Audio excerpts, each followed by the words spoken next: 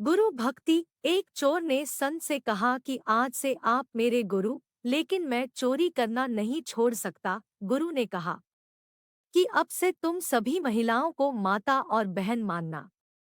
4 वर्ष पहले गुरु की बातों का पालन करने पर हमारी सभी परेशानियां दूर हो सकती हैं और जीवन बदल सकता है। गुरु का स्थान देवी देवताओं से भी ऊपर माना गया है। गुरु की बातों का पालन करने पर किसी का भी जीवन बदल सकता है।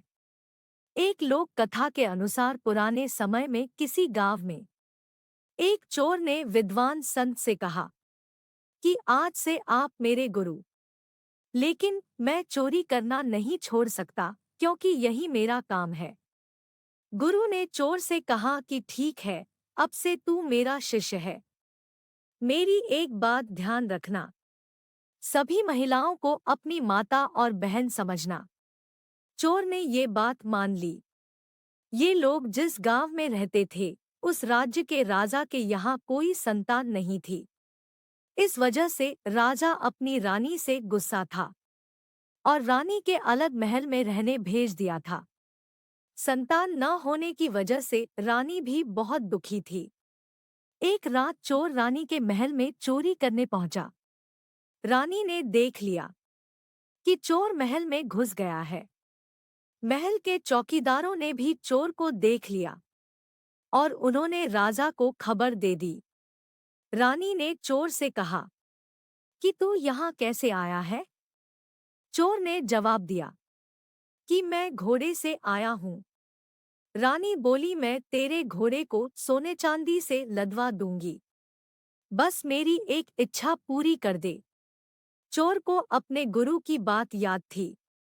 वह भागा नहीं। उसने कहा कि आप तो मेरी माँ समान है, मुझे पुत्र समझकर अपनी इच्छा बताएं। मैं चोर हूँ, लेकिन मेरे बस में होगा तो मैं जरूर पूरी करूँगा। राजा ये सब बातें सुन रहा था।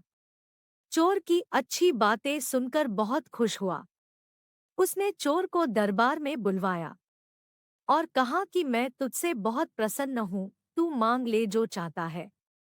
चोर ने कहा कि राजन, आप महारानी को अब से अपने महल में ही रखें, उन्हें दुख न दे। राजा ने चोर की बात मान ली। महारानी से राजा ने अपने किए की क्षमा मांगी। रानी से राजा से कहा कि हम इस चोर को ही अपना पुत्र बना लेते हैं, इसकी वजह से ही सब ठीक हुआ है। राजा भी ये बात मान गया और चोर को अपना उत्तराधिकारी घोषित कर दिया। कथा की सीख। गुरु की बातें जीवन में उतारने से किसी का भी जीवन बदल सकता है। चोर चोरी करता था, लेकिन उसने गुरु के उपदेश को ध्यान रखा और राजा रानी उससे प्रसन्न हो गए। एक चोर का जीवन बदल गया।